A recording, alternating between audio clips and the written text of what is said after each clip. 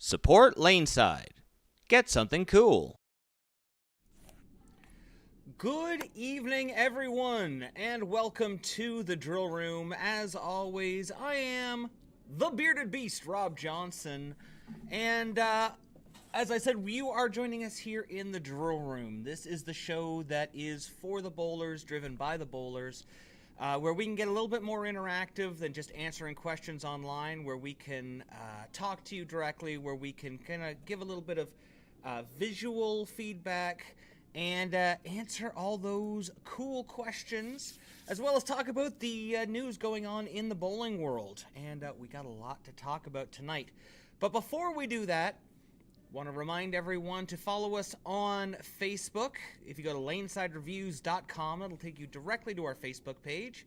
Or you can follow us on any social media platform, Twitch, Twitter, I keep forgetting them, Reddit,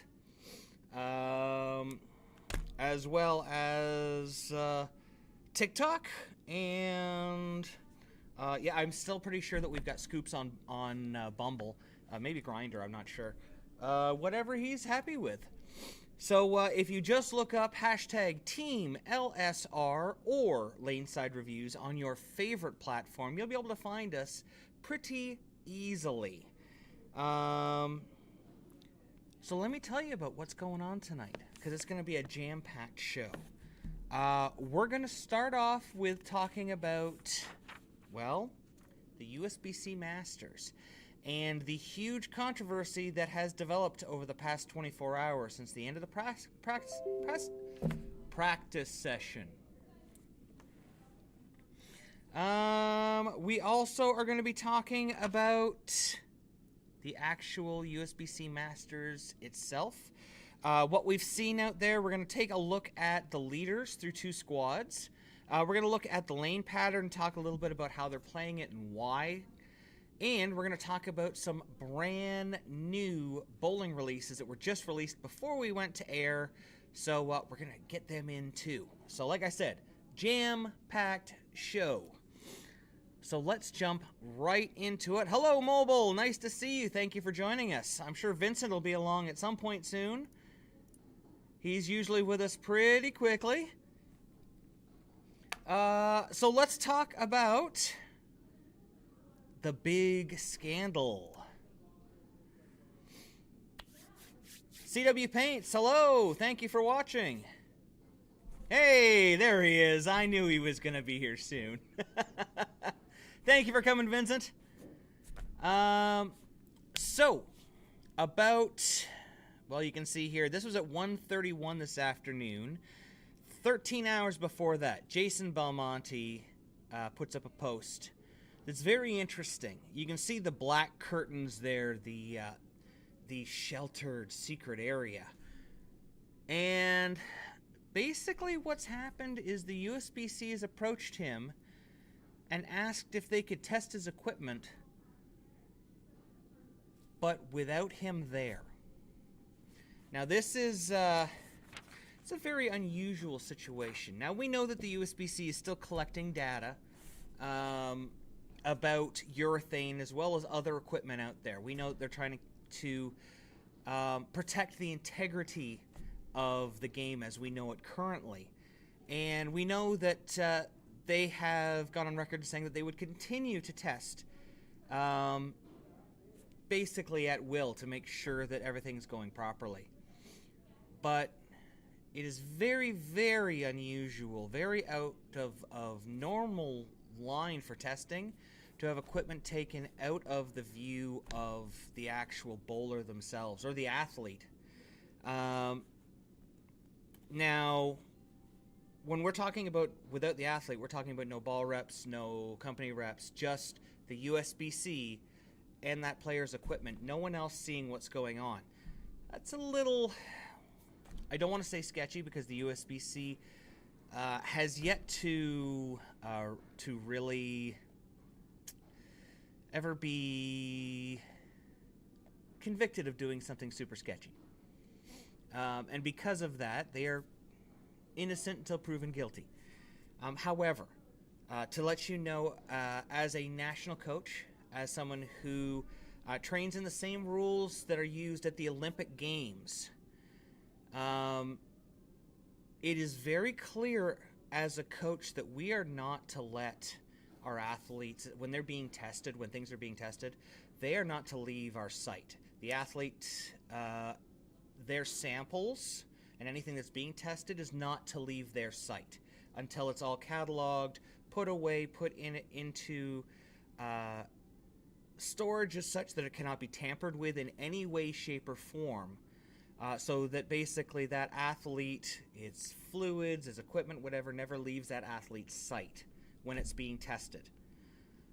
So for the USBC to ask to take the equipment and look at it without anyone else there is, I hate to say it, but it's extremely suspect. And to take that one step further, you can actually see from Jeff Riggles from 11thframe.com, and I highly recommend that you, if you like bowling, support Jeff, because Jeff gets the scoops before anybody else, and he really is the journalist when it comes to bowling, especially transparency when it comes to USBC. And he updated himself and said that many athletes were asked, and they said it is for ongoing testing. Yeah, you can see here, though, USBC rules gives them the right to check equipment in person. There's zero reason to hide it. There's no reason to hide any kind of testing going on here. So when it comes to what Jason did, I have to agree with him. Like, I would definitely have not let my equipment out of my site to go get tested with the USBC. There's no reason that the player or a ball rep or a company rep or somebody couldn't be there with the USBC. 100%, no reason. So I agree with what Jason did here. Now, it's interesting because if you watch the newest Brad and Kyle video, there's a little blurb at the very end. It kind of gets glossed over by Brad, where the USBC asked them to submit their equipment as well to be looked at. Now, they just gave it to them and kind of went on. They didn't really think of anything of it, but this is an interesting development.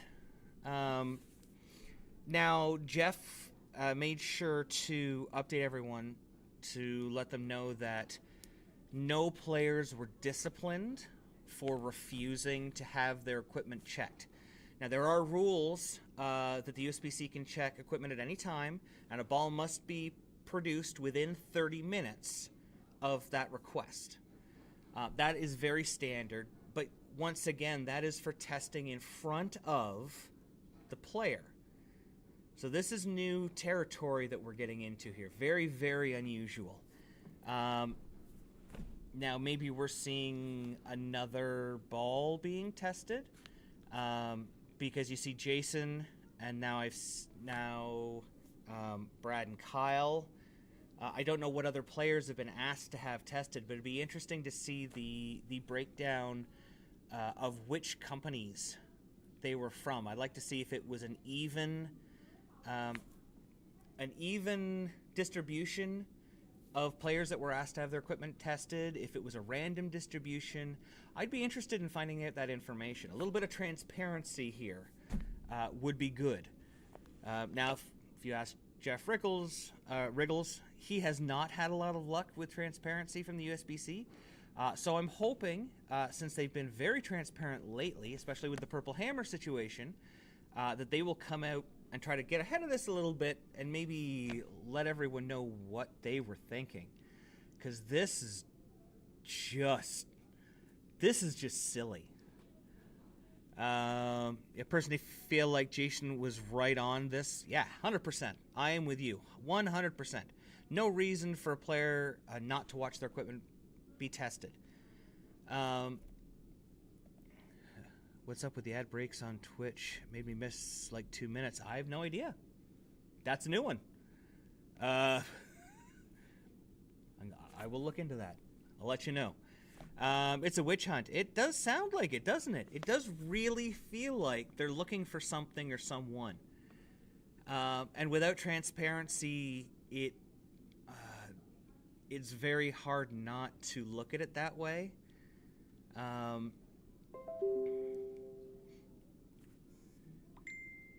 Yeah, they really. Sorry, I had a message come through.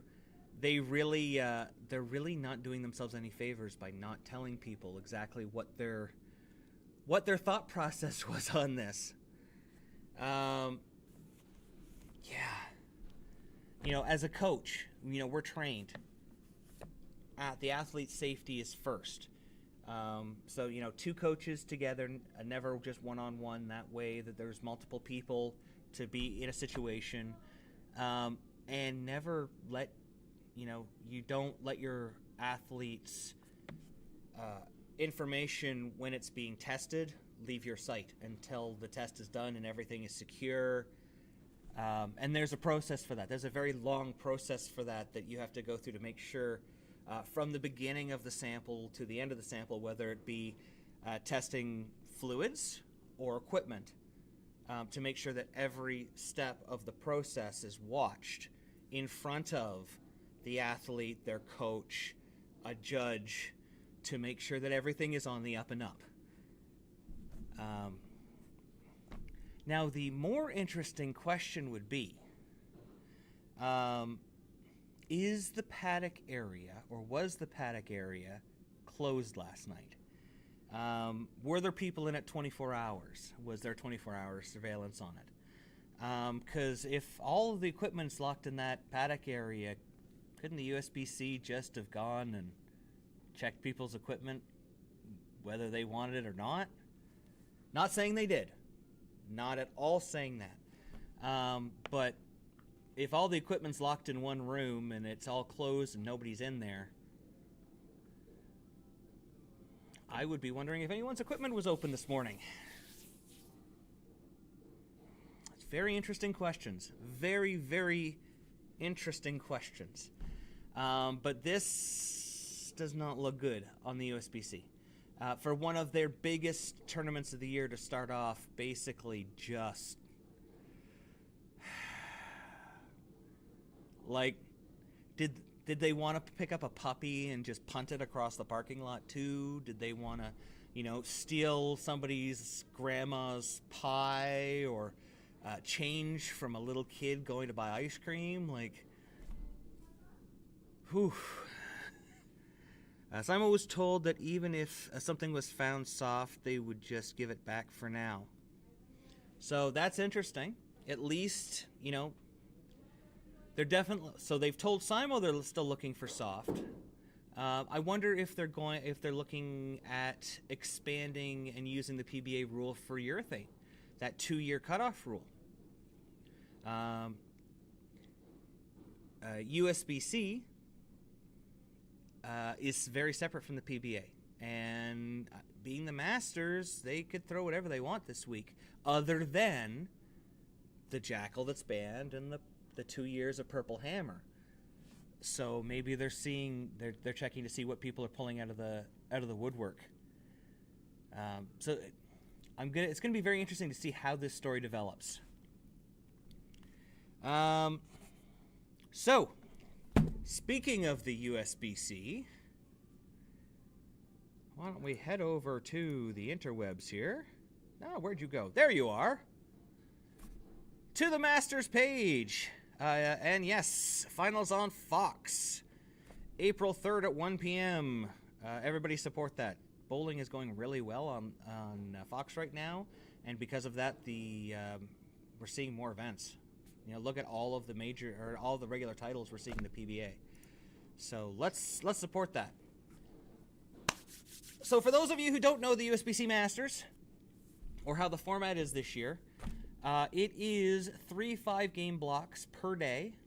Each round you bowl a different squad. So there's A squad, morning fresh, B squad for the burn, and C squad for the reapply. Today's pattern. This is what they're going to be bowling on. So we're looking at 32 units of oil. That is a lot. I'm just gonna make this bigger. Oh, maybe that was too big. There we go. I think everybody can see it now. There we go. Now everyone can see it. So let's talk about the oil pattern a little bit. 32.3 units of oil here. That is a lot of oil. 16.5 plus forward, 15.5 plus in reverse. So we're seeing it's about equal amounts of oil, but definitely not in how they're distributed on the lane.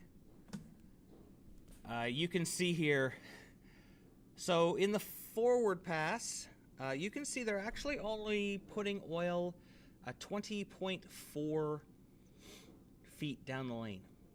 Their forward pass. Yes, from 20.4 down to 40, they do have a buff out here. But for the most part, the front part is all one run, 20 feet for all the oil. And if you look at the, we'll get back to the other sheet here in a second.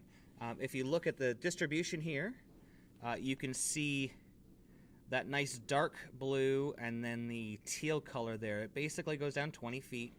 Lots of oil there. So we know that in the fresh, you're going to be able to play in that 10 board range. That's where you're going to start out. Definitely not where you're going to be able to stay, though. If you look, see this nice area here that's all kind of white. That's our buff out on the way back. You can see here, this is where all of how long the... So the shape of our pattern is done on the forward pass.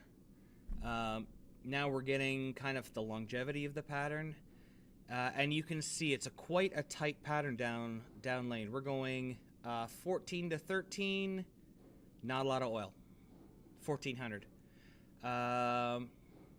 Then 4 feet from there, 13 to 12. So they're already tapering it out a little bit. 2,400 units. When we get to 22 to 16 feet, so right at the end of that forward pass, we have the most oil. So you're seeing right in this area here, this is where the most oil is. From there, we're seeing the second most amount of oil, just behind that, going back to 12 feet. And then once you pass 8 feet, they don't reapply any oil. There's no all the way back to the line here. So what you're getting is a big concentration of oil in the in this area. Big dry zones outside. And not a lot of oil past 20 feet. Not a lot of oil. We're saying this because 10 games get bowled on this pattern before there's any oil is reapplied. So in the early block, you saw lots of people playing relatively straight because it is pretty flat from the 8 board into the 12. Actually, well, 8 board in is pretty flat. It's 1.25 or less. So they're trying to keep it really straight, really in front of them. A lot of urethane. And that allows them to take that oil and kind of blend it down the pattern a little bit.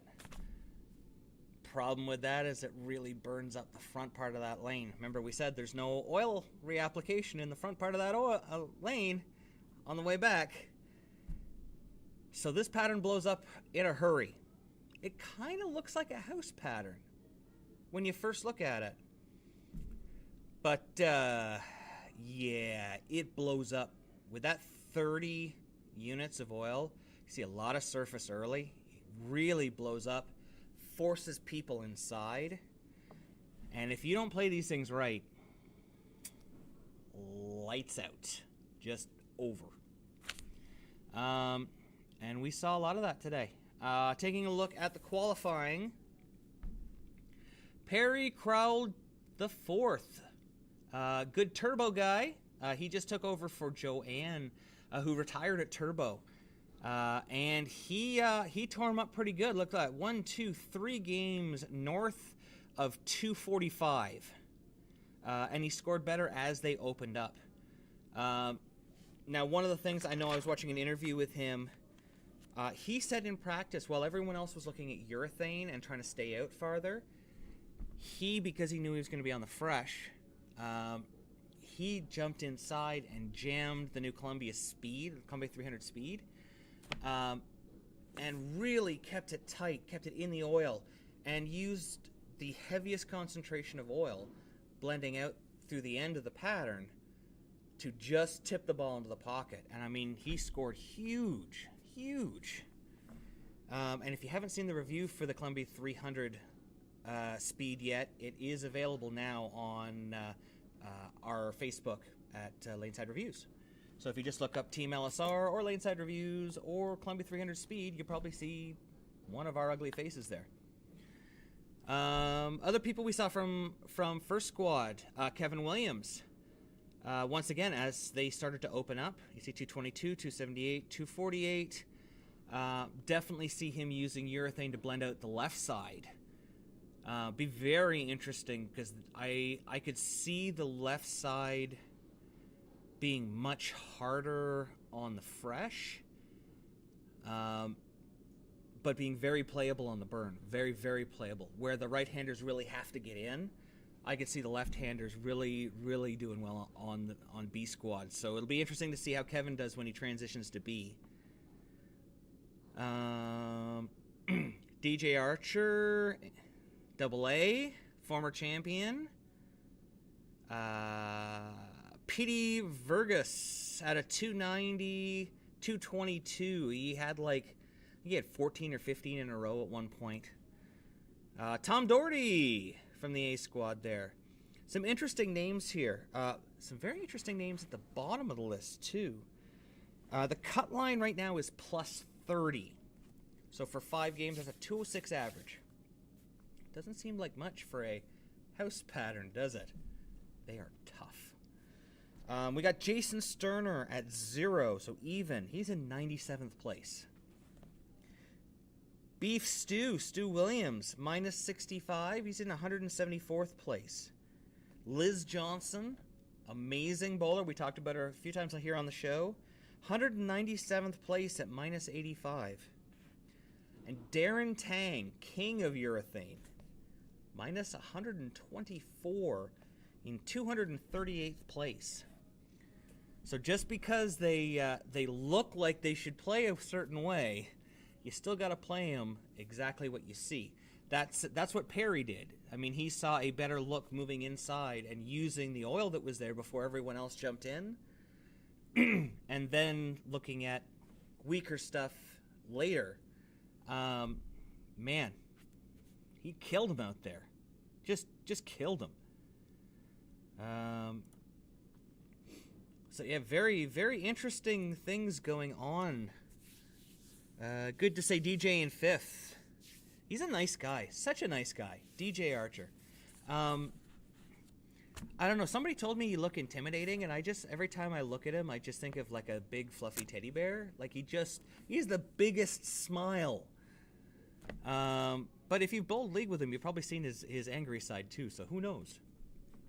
Scoops told me in the league the speed was too much ball for him. I called his bluff based on watching TV. It's a strong ball. Very, very early ball. The out-of-box surface it convinced all of us until we saw that it was actually a hybrid. It convinced us it was a solid. Putting a little bit of surface on this, it really jumps out as the hybrid. You can see it change up the motion a lot. And with the amount of oil in the front end, for the Masters, I think the speed would probably lane shine itself a little bit. Maybe not. Hasn't lane shined yet in 9 games. But I could see it at least getting down the lane a little bit more. Excuse me. A little bit more, and having a much smoother reaction than a lot of people who were throwing more shiny stuff. Almost through my first 300 last week with the method. Stone 8. Oh, Oof. No Stone 8. No. Somewhere Randy Peterson is curled up in the fetal position in the corner, just twitching. Just, No Stone 8s. Oh. Well, you know what? You'll get it soon. You will get it soon, Mobile. I have a feeling. If you were a Stone 8 away from it, then I'm sure you'll get it soon. So, let's talk a little bit more about the USBC Masters. There was some cool stuff going on there that I had a chance to see. One of the things I did like that they did is they gave the players a paper copy of the topography of every lane that they were going to see in the bowling center. So that as you were going lane to lane, as you knew where you were going, you could kind of look up, you know what, I'm going to see this lane is a little depressed, this one's a little crowned. Give players a better idea of what they were walking into lane to lane, and I think we've seen it in the scores. The scores have been fairly high for day one. It used to be with the Masters, you know, if you could get plus 10, you were potentially on a TV show. So they are playing a little high scoring so far, but that's really, I think it's great for the players. Not only for while they're there, but when they're returning for other events, to have that, the ability to go back and look at the topography as it was, you know, at this date and have an idea. I think that's so cool. I actually wish that you could just, you know, go online and buy one of those for every center that's been done. Or if somebody had a library of topography for every center that'd be done, that'd be cool. I'd subscribe to that. As always, at this house, the lower end does tend to hook a little bit more than the higher end. And it looks like a lot of the players, as they've transitioned from the high end of the house to the low end of the house, their scores have gone up a lot as well, especially on Squad A. So I would be watching that. I'd be watching it now if we weren't on a stream. I'm going to be interesting to see that tomorrow.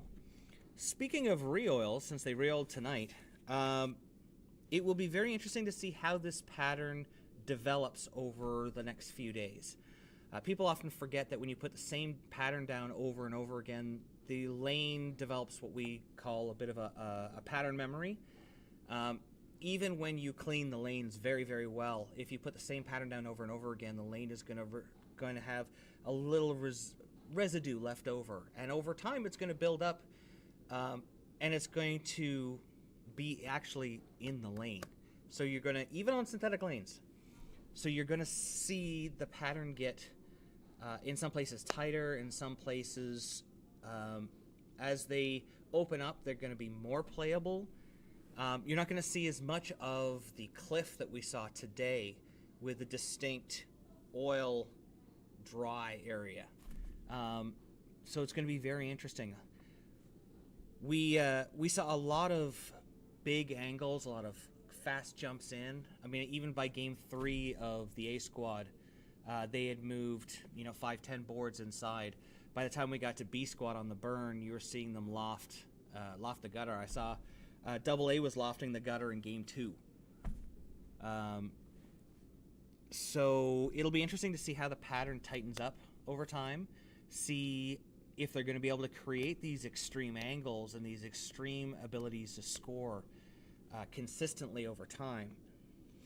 Now, you think about loft there. We did see people who were lofting very early, trying to, even in Block A, Game 2, trying to just get the ball a little bit farther down the lane before it starts seeing friction. If you think back to our cheat sheet that I put out, which is available at lanesidereviews.com. It's in the image section of the Facebook, or you can email us at lanesidereviews@live.com, and I will email you a copy of it. You will see that where was I here? Oh, I got distracted giving out my email address. Oh yes, on lane play strategy, the order of adjustments that we want to do when we're on different patterns, and you can see the very first one there loft. You know, even just adding 6 inches of loft, you can do it on a fresh pattern. If you find that you need to get a few more feet out of that pattern, if you think there's too much friction getting it down early, but you will just want to get it just a tiny bit farther down lane before it reacts, you can loft game 1. I've seen people do it. We also saw, like Perry here, he used angle. Loft didn't work for him. He used angle. So he moved in and created hold by playing the heaviest part of the oil into the hottest friction to get his ball to react. It's brilliant. Speed is always important, especially on an event like this when the patterns are so flat. Even though it is a medium pattern and speed control is kind of, you know, you can get away with a little bit. You still got to throw it with you still got to throw it within a proper range, 1 mile an hour. I've seen people, especially some of our senior bowlers, they get out on a condition and they're like, oh yeah, I can play this area, no problem. And they get tired by game 2 and their speed starts to drop significantly, or they can't maintain their speed. And suddenly you've got an over-under, and it's not the lane that's doing it, it's the bowler. So you gotta, you know, while speed is kind of medium priority on this pattern, speed control is a high priority. Equipment, it looks like it really came down at this event so far. The equipment, you were either playing urethane and trying to stay right as long as you could, and then making big jumps left, or like Perry did, he started left and just took advantage of it, knowing no one had played before him and no one was going to be that, I guess, other than him, was going to be that deep. So it's good for him. Release is going to be very important. Consistent release, a lot of forward roll on this pattern. You think about our releases. If you were to go and look at our bowlers as they were bowling there, you'd see a lot of neutral and a lot of neutral with rotation. That's on page 2 of the cheat sheet. Because we see something very important there. It's defined friction to take advantage of. We talked about that in our release special. You know, this pattern has very defined friction points. It's almost defined oil points because there's more friction than oil. So you'll see a lot of people using neutral and neutral with rotation early. Even going to extension with rotation as the pattern starts to break down. And then once they make those huge moves, you could see, as if they're blended properly, some strong releases to get it to corner. But there's so much friction down lane. I'm sure if you look, a lot of them were still using just neutral with rotation because they didn't need to help it. So that is a little bit, throw to the friction. That's a little bit of the breakdown on the USBC Masters. Yeah, you know what? The bowling itself has been great. If you've had a chance to watch the tournament, the bowling's been fantastic. It's just too bad the kind of shadiness that's clouding the overhead. You know, why? Why not just let players, if you want to test something, just let players watch. Maybe they are targeting certain players. Maybe they're targeting certain brands or certain balls. We don't know. But they only make it worse by not sharing that information. They only make it much, much worse for themselves. Speaking of new releases, we got a graphic. It's cheesy.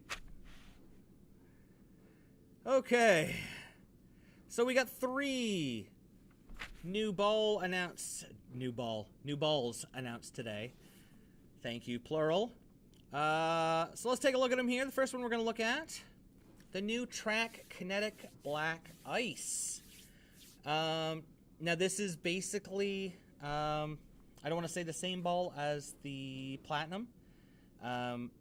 It's going to be very similar. But now we've got Dynamic Core. Woo! Dynamic Core, the blue stuff. We've also got re-released, because I think the Platinum came out, a couple of years ago now. Good heavens. And it's just not available anymore. This is a piece that I'm very happy to see come back out. It is one of Liz Culkin's favorites. She keeps shooting endless 800s and 300s with her Platinum. This is Track's version of what I would put in the late hook position. You look at that differential and that asymmetry. It's going to give you the opportunity to have something that you can put pin down. So if you look at our handy dandy Arsenal building sheet, which is also available through lanesidereviews.com or by emailing us for your copy, you can see that our late hook, we prefer symmetricals, but for our burn, for our burn ball, we do hope to get a pearl asymmetrical. Now, yes, this trackball does not come in at 2.55 RG. Probably have to drill the fingers pretty deep to raise the RG plane on it. It does, however, have a pretty weak core at 040, and the asymmetry is on the symmetrical side of things at 006.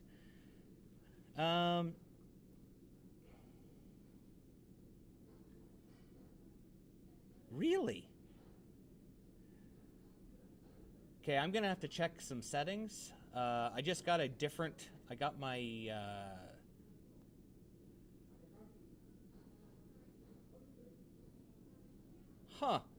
yeah, I'll have to check the settings. I just became a Twitch partner, and I think that must be a setting in here. Give me 1 second here. Let's see what's going on.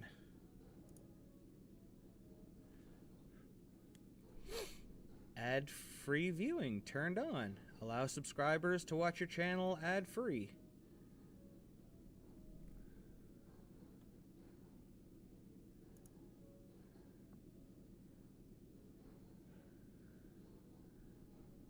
Huh.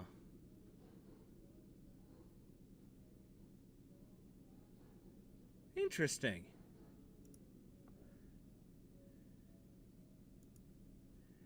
Well, that was interesting. I'm not sure. I think they turned it on, so I've turned it off. Hopefully, it will now be turned off for the rest of the stream. I apologize to anybody who's gotten stuck with them. My deepest apologies. So yeah, I really like this kind of in the late hook spot, this kinetic. You could do a really nice pin-up, drill the fingers like an inch deeper. Something about putting Twitch in theater mode. Oh, could be. Anyway, back to the ball. My apologies, everybody. Yeah, because this ball is on the symmetrical side of asymmetrical, I kind of like this ball in the late hook position. So when it gets in, that's where I will be drilling it for our bowlers. So if you look here for our speed dominant player, they'll be at 65 by 5.5 by 40. Our matched player will be at 55 by 5.25, 5.25 by 40, and our rev dominant player will be at 40 by 4.5 by 40. So we'll try it out.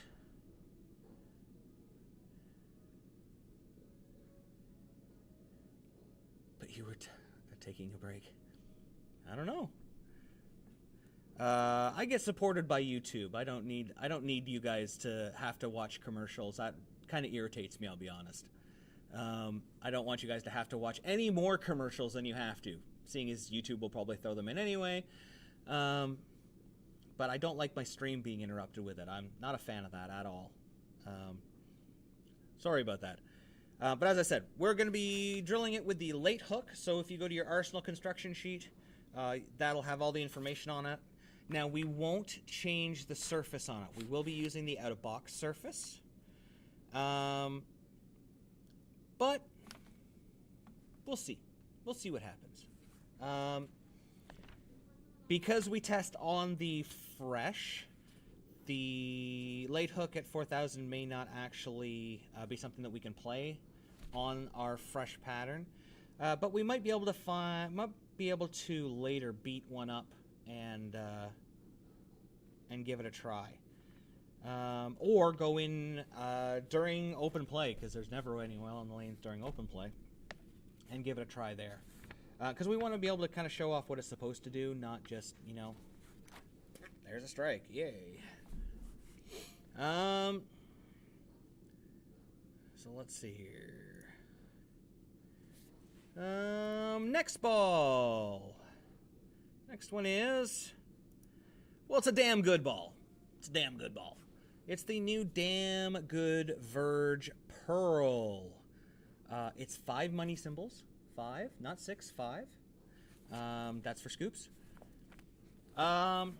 Pretty much this ball has been money for the guys on tour. The solid one they came out with, really, really good. The core is very predictable. You can see at 2.467, it's very low RG.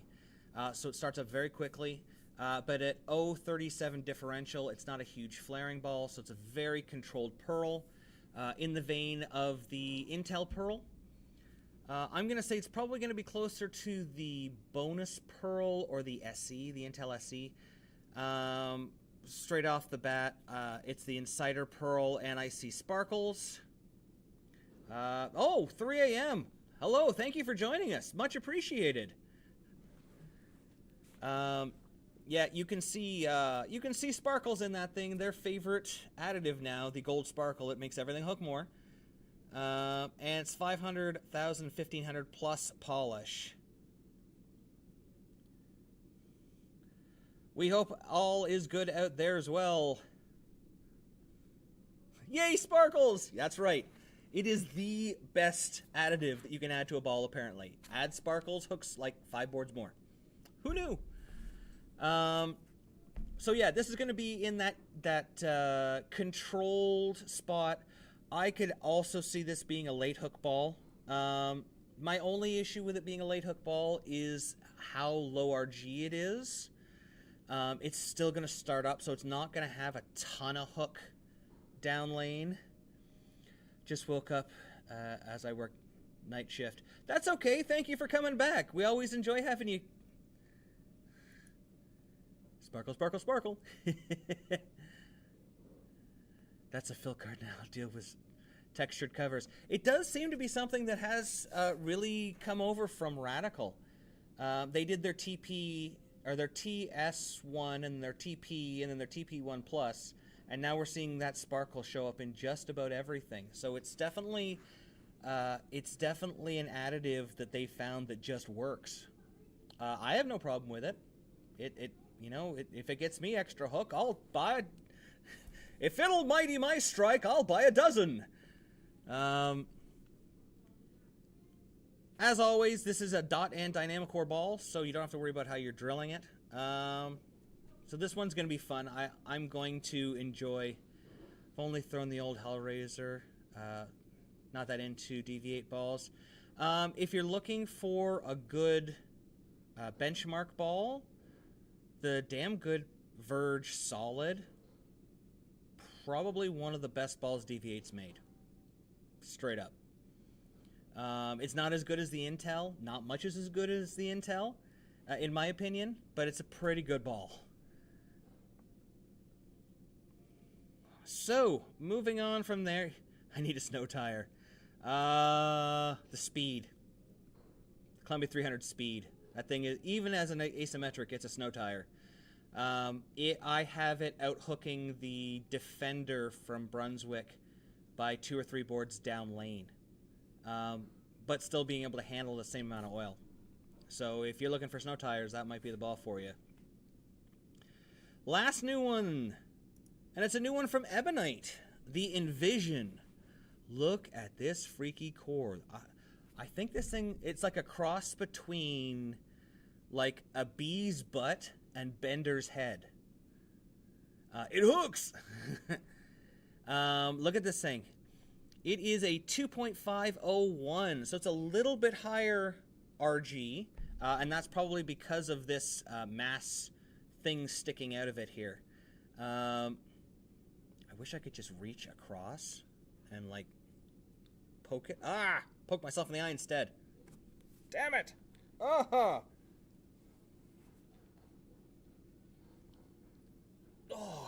that's better. I look weird without glasses. Have you ever seen that? I just don't look right.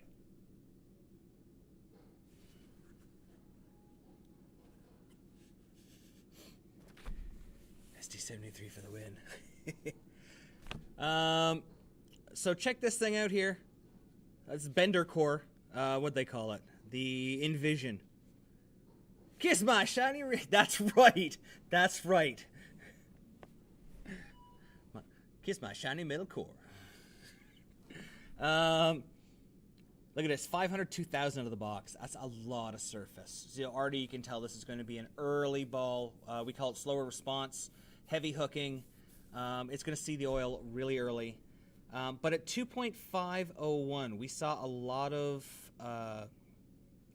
good stuff out of the Hellraisers at that same RG level.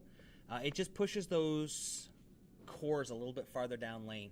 When you raise the RG, the core gets just a little bit harder to spin up. So even if it's 1 or 2 feet, 3 feet, you know, that's an appreciable distance for a stronger ball. Because we're doing that, we get a little bit more energy down lane. I don't know if you saw Tommy Jones. They just put out the first 10 shots with Tommy Jones. He shot 230 with it, and he was swinging the lane with it. He was playing the old twig shot, which is surprising because the differential is only 0.53, and the asymmetrical differential, intermediate differential, is 0.10. So it's still shooting towards that symmetrical side of things. But I'm gonna take a wild guess and say that because of the mass that you remove with the thumb would probably be underneath Bender's eye socket here. It probably creates an interesting kind of vortex roll because you'll have the piece sticking out and then a void below it, making it even more. Hello, Lulu. Making it even more rotationally strong. So it's going to be interesting. This is the one that kind of excites me the most. The kinetic black ice, I'm pretty sure I have a spot in my bag for right now. That's going to replace the Night Prowler that I'm throwing in that spot. Just because I've got that PBA event coming up, so I want to make sure I've got nothing with nothing that's been filled, and it used to have a weight hole in it. The damn good Verge. I can see Scoops really liking this one. He had the Verge Pearl in his bag for a while, so I could see this probably fitting into Scoops's bag. And I don't want to. I want to see. I want to see where this Envision fits in before it ends up going to Wayne. It's just very interesting. When you drill a ball, do you recommend conventional grip or fingertip? Let me pop back over here. Oh, thank you for following me. Much appreciated. Do you recommend conventional grip or the fingertip? Well, it depends on yourself.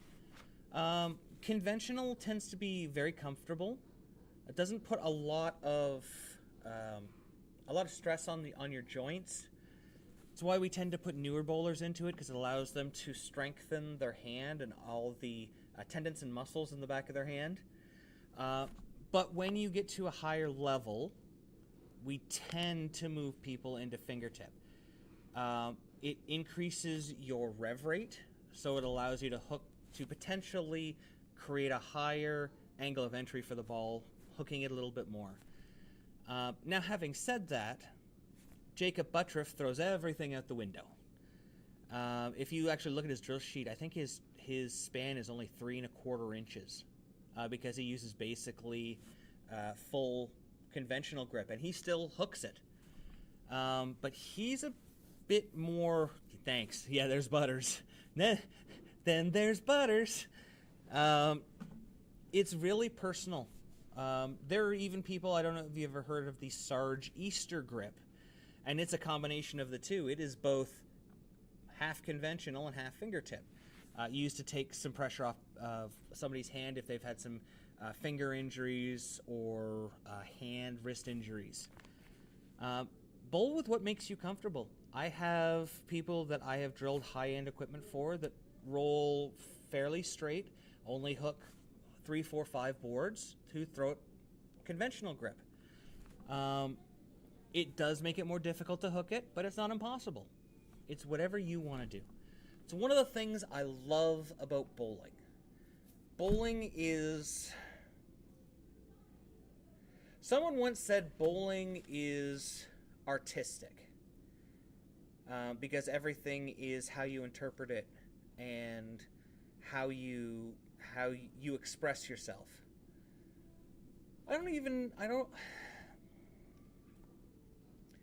Bowling is life. No.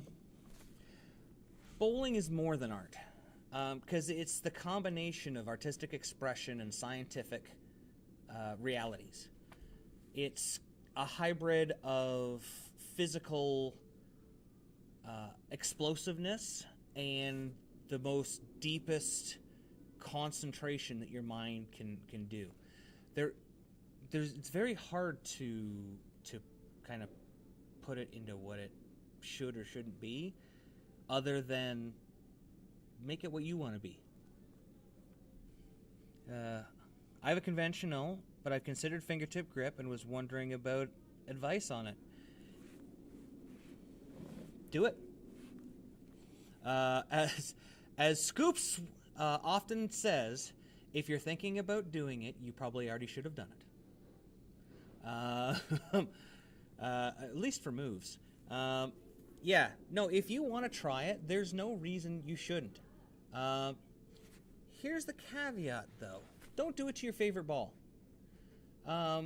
If you want to try it out and make the jump, buy something used. There's usually plenty of bowlers around who have used equipment, especially if you're in that 14 to 15 pound range, that you can get one and have it filled and drilled fingertip for you. Because you're going to find, too, that the way that you roll it fingertip, the way that the ball is laid out for your conventional grip may not necessarily work and may frustrate you more than convince you to make the jump full time. So don't be afraid to spend a few bucks, spend 50 or 60 bucks, get a used ball, get it drilled properly for you fingertip, and then give that a try. If you're happy with that, then get your favorite ball plugged and re-drilled and move it over. But definitely don't be afraid to give it a try. Fingertip will take some getting used to, but it will increase your scores a lot. A lot. But that's what I say as a national coach. That's what I would say to anyone I was working with, is if you're thinking about it, let's do it. Let's give it a try. Don't put me in a box, man. Yeah, it's... Bowling is so much more. Rick Benoit of Bowl U, his whole thing is, he's got the different colors, the different wheels, some of it's artistic, some of it's this, some of it's that. And I think he's pretty close there. I don't happen to like the gentleman himself, but doesn't mean that what he's teaching isn't right. I think that to properly be a bowler, you have to express yourself in your release. Everyone is different. Every style is different. As I said in my release video and my arm swing video, it's integrating good habits into what you do that will make you the best bowler that you can be. Not everyone's going to throw like Earl Anthony. Not everyone's going to throw like Walter Ray. I don't know anybody who can throw like Walter Ray other than Walter Ray. But there are certain timing points and mechanics that if you can work them into your own personal expression of how you throw the bowling ball, you will throw better than by just trying to emulate someone else. There's also a lot of science in bowling. I think just by saying it's an expression of what you think, I think that dismisses how much technology plays a role in the game. For some people, it traps them in areas where they can't bowl certain ways because they only have certain equipment and only know how to throw certain equipment. For other players, it releases them and allows them to do more and become more versatile. McCune can throw anything anywhere. I bowled at the World Series in 2013 with Eugene, Daddy McCune, and in the span of 4 days, I watched him slow hook a lane, play up the middle, and play up the three board at about 30 mile an hour. That dude can do anything. He does not get enough credit. Just people think he's super crusty. Because he looks, I say this all the time, he looks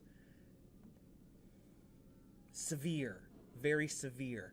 But he's actually a super nice guy. When I fell and got hurt at the World Series, he was the first guy on the lane making sure I was okay. Like, don't let the hard exterior fool you. The guy is actually really nice. Okay, I may refill my Rhino as I have that and want to get my storm balls. Yeah, no, that's a perfect thing to do. Get it filled. Try it out. If you like it, you know the next ball you buy is going to be stronger and only do more. What is the hardest pattern you've ever bowled on? Scoops and I bowled on one in Buffalo once. We bowled on Highway to Hell, which in itself is a relatively difficult pattern. Unfortunately, the lane machine had broke, and it hadn't cleaned the back ends at all. And they had kids' leagues and birthday parties and all sorts of stuff in beforehand. So it was just the oil had carried down with plastic all down lane. So you'd play where you wanted to play the ball, and you'd get it to the hook point, and it just would die. Basically, the people who were able to play very straight, like off the corner of the lane, and play very diagonally direct to the pocket, or those who had a lot of forward roll and could just get the ball to barely tip into the pocket, they had a field day. They crushed the field. Because anyone who wanted to hook the ball was out of luck.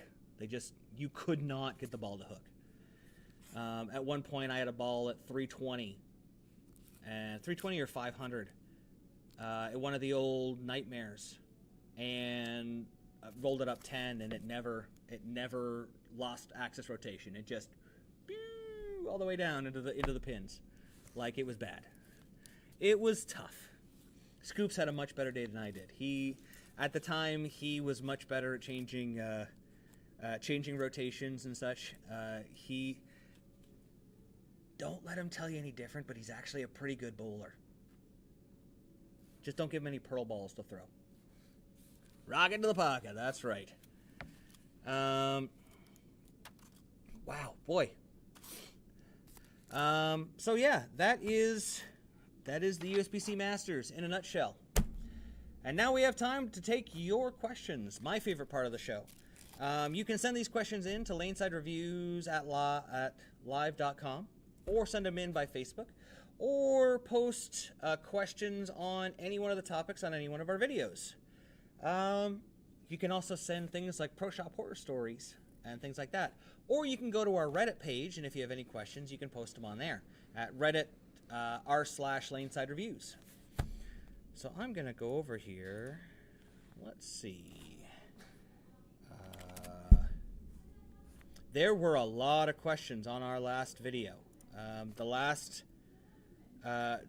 The drill room that we did for the USBC, the Open Championships in Vegas. A lot of people asked things like particle balls. Where do particle balls fit in? Particle balls are super slow response balls. They were made to be even earlier than the old super low RG cores, because they had little glass beads in them. They would be in your fresh, probably your slow response asymmetrical. That's where I would probably, if I had one there. The only problem is particle balls are incredibly hard to resurface. You have to use the diamond Trizact pads, and they're super hard to find. Otherwise, you can't actually properly break the little beads in the cover stock and get the proper cover restored. It's why most of them died after 60 or 70 games.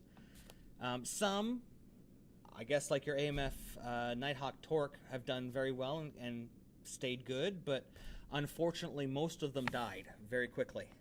Because once you broke the beads, you had to completely resurface and find new ones to get all that surface and get them to be early and see the lane earlier. Russell said, Tom D is smarter than your average bear on the way to on the way to add a weight hole. Absolutely. Tom Doherty is a rebel, and he's amazing. See here. Scotty Thompson. Hello, Scotty Thompson. Roy. Hi, Rob. Great content.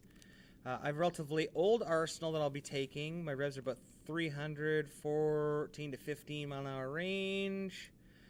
So he's going to be our 14 to 15 mile an hour at 300. He's slightly, well, it's actually pretty matched. Yeah, no, he's pretty matched in there. I was thinking you might be slightly speed dominant, or slightly rev dominant because of that, but, let's just double check here. I always like to rev rate versus, let's see here. So 14 to 15 mile an hour, 300 RPM. So he is going to be slightly rev dominant, just very, very slightly. The speed for 300, they say, is around anywhere from 16.5 to 17.5 mile an hour. So he's slightly rev dominant.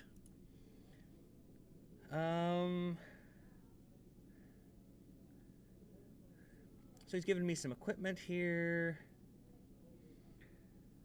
What would you recommend? Okay, so he's got a Prism Solid. Pin is 1/2 inch above the ring finger, so that's a faster response layout. Squatch Solid. Pin in the finger. Web Tour Edition. Faster response layout. Statement Pearl. A fast response layout. And a Fanatic. If I were going to add something, and he said, is possibility of adding a Bigfoot or Purple Hammer. Absolutely Purple Hammer. 100%. Especially for the USBC Open Championships, urethane is in play. 100%. If I was going to replace something else, probably a little right of the ring finger. I wish I knew your PAP and how far the pin to PAP was on that Prism Solid, because I just don't see a pin down ball that can handle heavy oil, like a slower response ball. So if I was going to do anything, I'd add a Purple Hammer and maybe get a strong, slower response ball. Replace that Prism Solid with maybe a Defender or Quantum Evo Solid. Something like that would be pretty good in there. Scott Barnes wants to hear what Scoop's Arsenal would be like. Well, we will have to get him in here and ask him. He would probably take a Forza. 100% he would probably take a Forza with him. Even the best laid plans of mice and men oft times explode. Yes, 100%. 100%. They go boom? Let's see here. What other good questions? I do love going through the comments that you guys put up.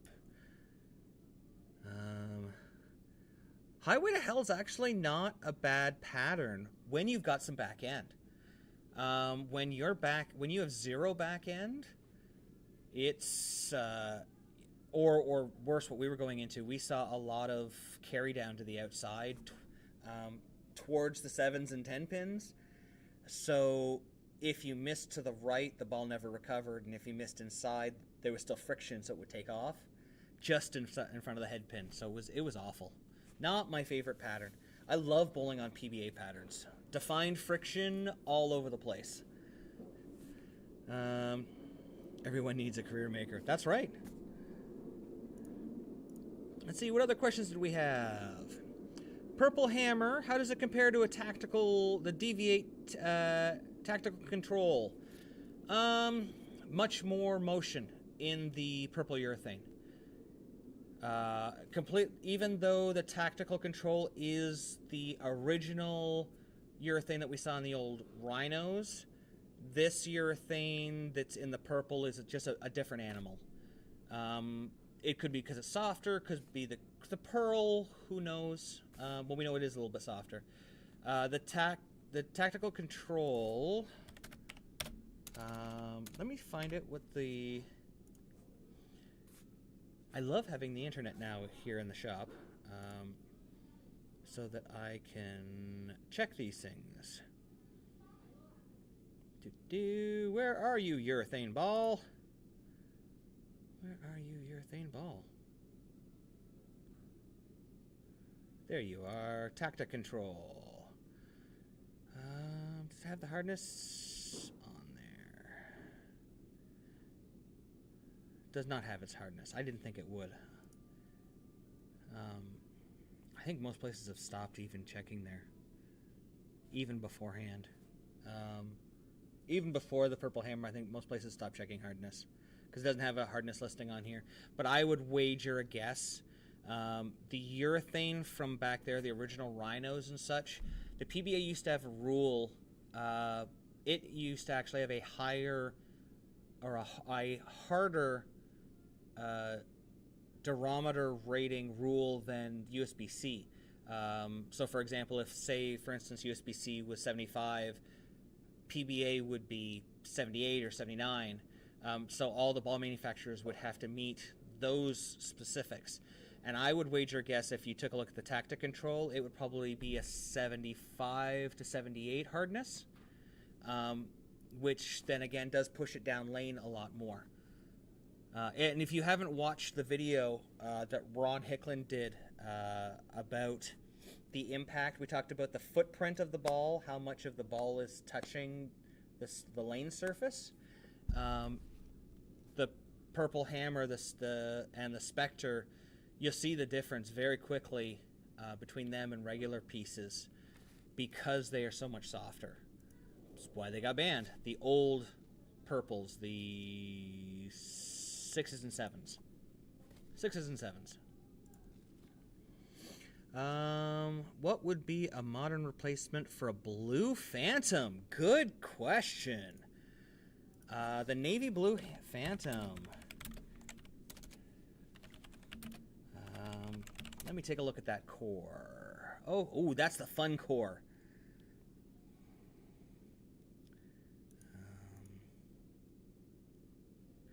That's the really fun core. Images.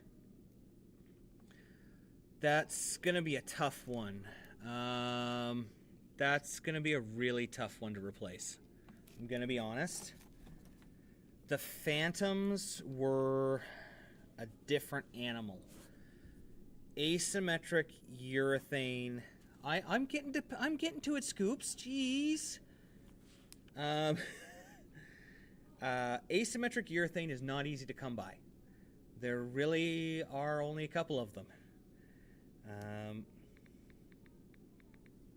Trying to see if I still have... I had one of the original flyers with all the specs on them. Here we go. I can show it to you there. Oh, the blue one. Yeah, the blue one was the fun core. Yep. Okay. Okay, let's see here. Blue Phantom on 123bowling.com. Bought mine off German eBay for $5. Oh my goodness. You got a deal, sir. Good heavens, did you get a deal?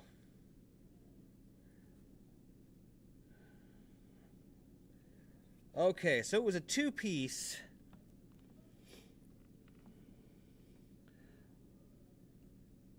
Lefty single drill. Oh, that's beautiful. Yeah, so this was the gigantic core. This was the, so this core was reused. We saw this reused in the Ultra Zone. And there was another ball recently we saw a similar core, and Scoops is going to hit me with it. I know he is. It was a Columbia ball, I think, but not urethane. It had a huge differential in it. I still think Scoops is going to be correct. Your closest that you're going to get is the new Pink Widow. It's going to be actually a little bit stronger. It's going to be a little bit earlier, so you may have to change the surface on it a little bit, because it's at 360/800 at a box. So you may have to take it up just a tiny bit, but that'll probably get you pretty close. Nothing is going to flare as much as those old Phantoms.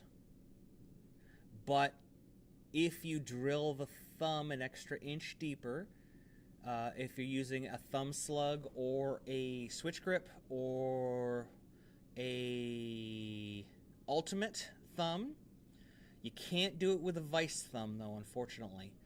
But if you go with the biggest thumb slug or switch grip that you can, and then drill the thumb an extra 1 inch deep inside, you can raise the differential and get it pretty close. The Command X, yes, the new Command from Columbia 300. Black Widow urethane, but the pin down layout on that one, yeah. I'm not a big fan of slow response layouts, pin down layouts on urethane. They are already so early, and then putting a layout that's potentially going to make it spin up faster and earlier, you just kind of kill the ball. I would probably go with something in the range of 55, 4.5 to 5 inches by 35. Pretty standard urethane. You can change, because you get if you look at the Black Widow Pink, if you get the Black Widow Pink, you can change your drill angle to get a little bit more length or a little bit less length out of it. Sounds like for you might think about like 55 to 65 degrees in there, and you should be able to match it up to that Blue Phantom pretty easily. Or as Scoop says, you could go with a short pin Command, Columbia 300.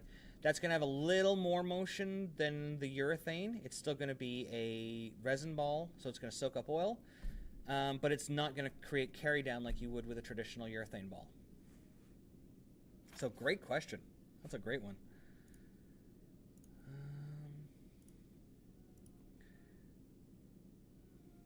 Looks like somebody thought our center looked like their hometown lanes. There is an instant...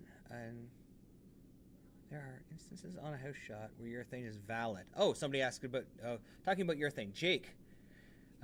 Yes, there's tons of times when urethane in a house shot is called for. Scoops, like literally the man of 1,000 urethane balls.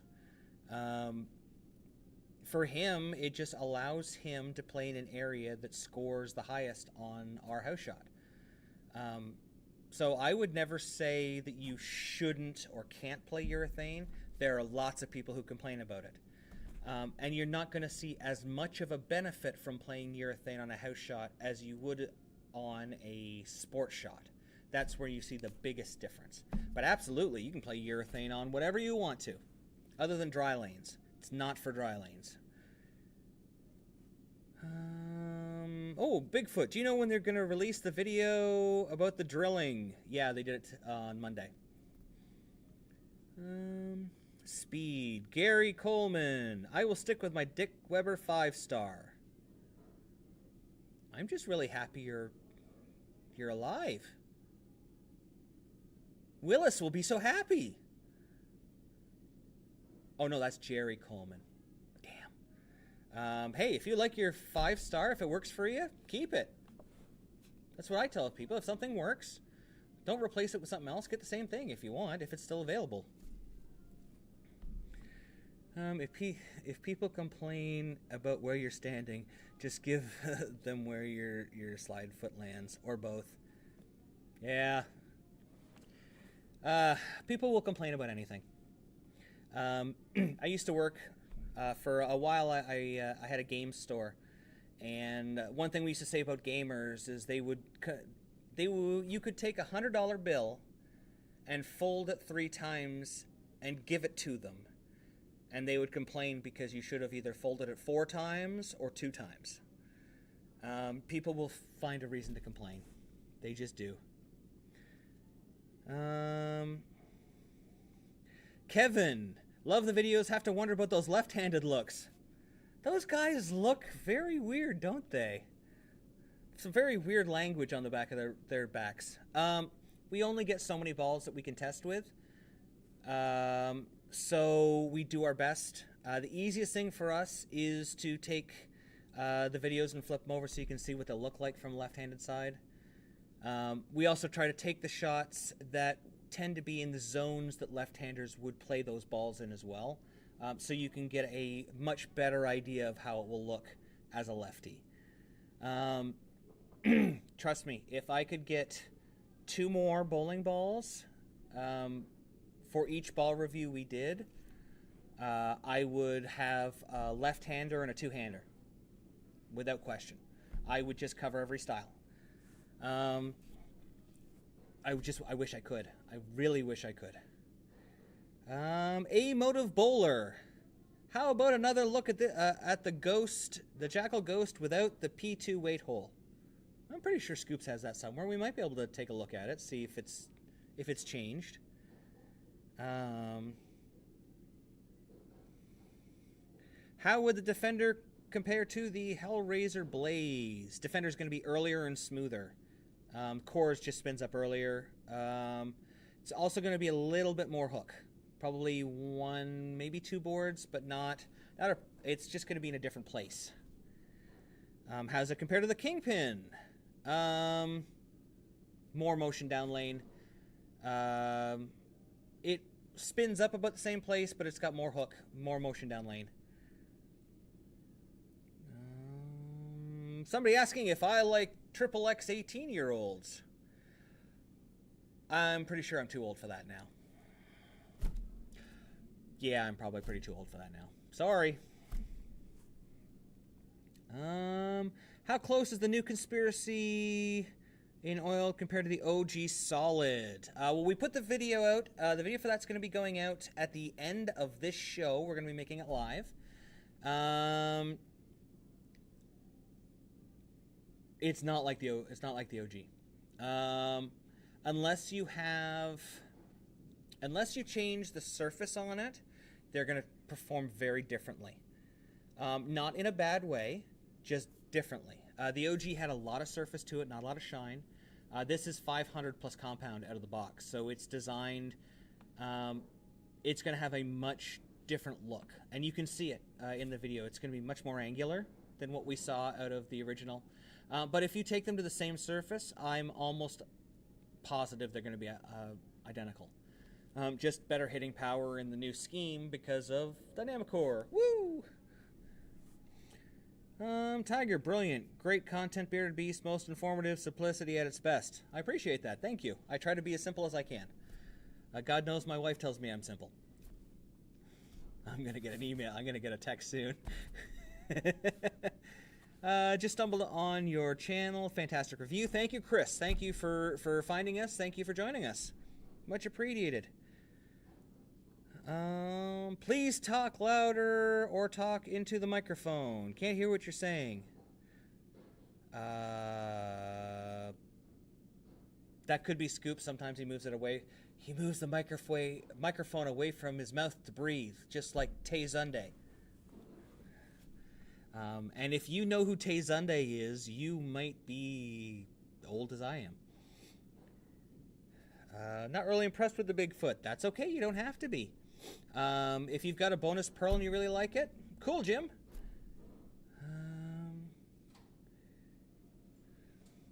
RB, interesting video in terms of ball reaction. Seems to be a very short hook window. Absolutely. The Bigfoot, as we said, when you blow that intermediate differential up, it really shortens that hook window.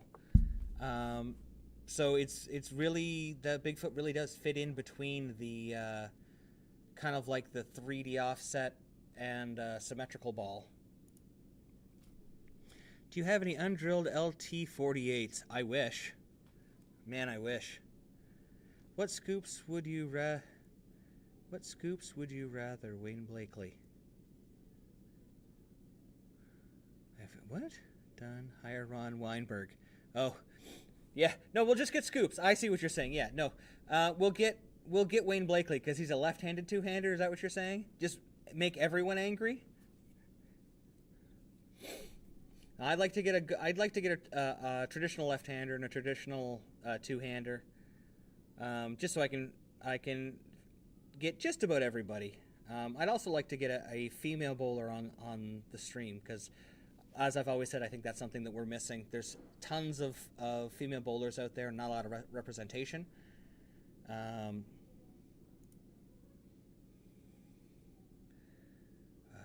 Choose Ron over Wayne. I don't know about that. King of Bowling. Nice work, fellas. Been catching up on the releases. Gotta check this one out for sure. That's really cool. I watch King of TV Bowling all the time. He's got all the retro reviews. We've done a few retro reviews, but he gets some crazy retro reviews. Plus, he puts up a lot of old shows and stuff, like local TV. If you haven't seen it before, definitely check out his channel. Super cool.